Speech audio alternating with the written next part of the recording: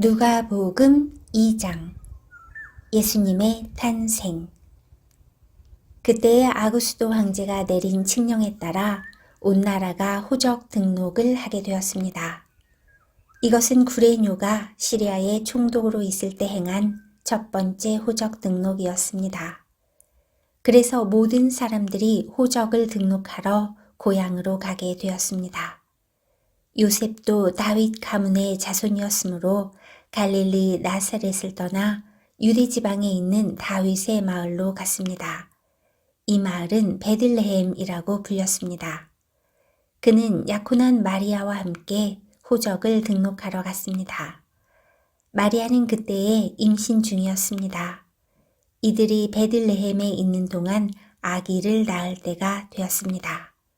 마리아는 첫 아들을 낳아 포대기에 싸서 구유에 눕혀 두었습니다. 그것은 여간에 이들이 들어갈 빈방이 없었기 때문입니다. 목자들이 예수님에 관한 소식을 들음. 그 근처 들판에서 목자들이 밤에 양떼를 지키고 있었습니다. 주님의 천사가 갑자기 이들 앞에 나타났습니다. 주님의 영광이 그들을 둘러 비추자 이들은 몹시 두려워하였습니다. 천사가 그들에게 말했습니다. 두려워 마라, 보아라. 모든 백성을 위한 큰 기쁨의 소식을 가지고 왔다. 오늘 다윗의 마을에 너희를 위하여 구세주께서 태어나셨다. 그는 곧 그리스도 주님이시다. 포대기에 쌓여 구유에 누워있는 아기를 볼 것인데 이것이 너희에게 주는 증거이다. 갑자기 그 천사와 함께 많은 하늘 군대가 나타나 하나님을 찬양하였습니다. 높은 곳에서는 하나님께 영광, 땅에서는 하나님께서 기뻐하시는 사람들에게 평화. 천사들이 목자들에게서 떠나 하늘로 사라지자 목자들이 서로 말했습니다. 베들레헴으로 어서 가서 주께서 우리에게 알려주신 일이 일어났는지 확인합시다. 이들은 서둘러 가서 마리아와 요셉 그리고 구유에 누인 아기를 보았습니다. 목자들이 확인하고 이 아이에 대하여 자기들이 들은 것을 그들에게 이야기해 주었습니다. 목자들의 말을 듣고 사람들은 모두 놀랐습니다. 그러나 마리아는 이 모든 말을 마음속에 소중히 간직하였습니다. 목자들은 돌아가면서 천사들이 일러준 대로 자기들이 듣고 보았으므로 하나님께 영광을 돌리고 찬양을 드렸습니다. 태어난 지 8일째 되는 날에 아기는 할례를 받았고 그 이름을 예수라고 하였습니다.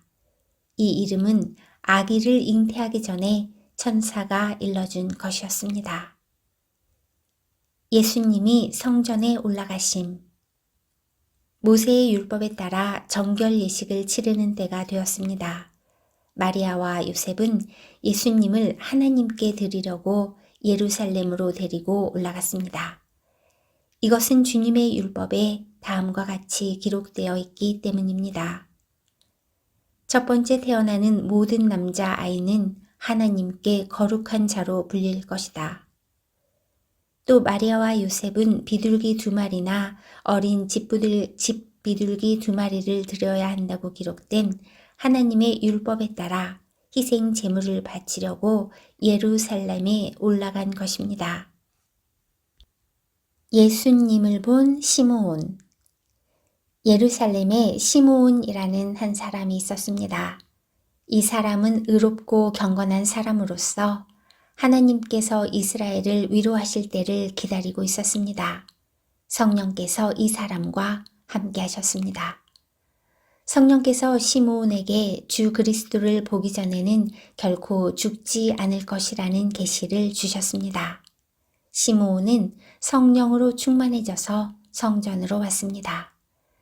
마침 마리아와 요셉이 율법의 규정대로 행하기 위해 어린 예수님을 성전으로 데리고 왔습니다. 시므온이 아이를 팔에 안고 하나님께 찬양하였습니다. 주님, 이제 주님의 종을 주님의 말씀대로 평화롭게 떠날 수 있게 하셨습니다. 제 눈으로 주님의 구원하심을 보았습니다. 주님께서 이 구원을 모든 백성들 앞에 마련해 주셨습니다. 이는 이방 사람들에게는 계시의 빛이며 주님의 백성 이스라엘에게는 영광입니다.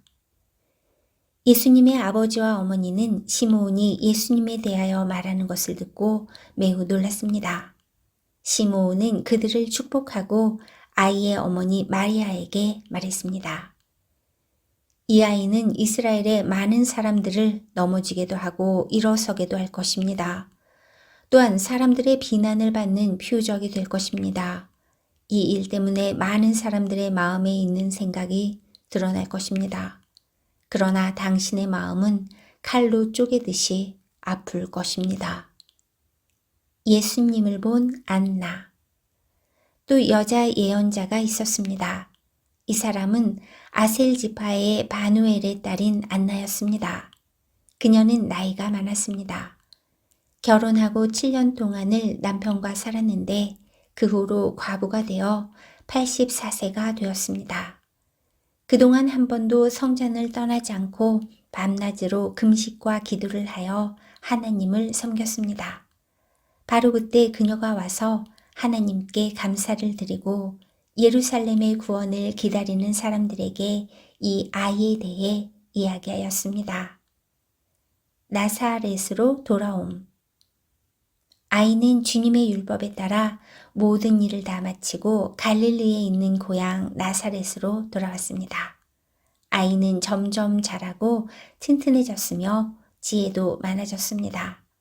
하나님의 은혜가 아이와 함께하였습니다. 예루살렘 성전에서 있었던 일. 해마다 유월절이 되면 예수님의 부모는 예루살렘으로 올라갔습니다. 예수님이 12살이 되었을 때에도 유월절 관습을 따라 예루살렘으로 올라갔습니다. 유월절이 끝나고 집으로 돌아오는데 소년 예수님은 예루살렘에 남아 있었습니다. 하지만 부모들은 이 사실을 몰랐습니다. 단지 그들은 예수님이 일행들 속에 있을 것으로만 생각하고 있었습니다. 그렇게 하루 정도 길을 간 후 요셉과 마리아는 예수님을 친척들과 친지들 가운데서 찾기 시작했습니다. 그러나 예수님을 발견하지 못하자 예수님을 찾으러 다시 예루살렘으로 되돌아갔습니다. 3일 뒤에 그들은 성전에서 예수님을 발견하였습니다. 예수님은 성전에서 율법학자들 사이에 앉아서 듣기도 하고 묻기도 하면서 계셨습니다. 그의 이야기를 듣는 모든 사람들이 예수님의 슬기와 대답에 놀라워했습니다. 예수님의 부모도 그를 보고는 매우 놀랐습니다. 어머니가 말했습니다. 아들아, 왜 이렇게 하였느냐? 네 아버지와 내가 걱정하며 너를 찾아다녔다. 그때 예수님께서 대답했습니다. 왜 저를 찾으셨습니까? 제가 아버지 집에 있어야 할 것을 모르셨습니까? 그러나 그들은 예수님이 하신 말씀을 이해하지 못했습니다. 예수님은 부모와 함께 나사렛으로 내려왔습니다. 그리고 부모에게 순종하였습니다. 마리아는 이 모든 일들을 마음속에 간직해 두었습니다. 예수님은 지혜와 키가 더욱 자랐고 하나님과 사람들로부터 사랑을 받았습니다.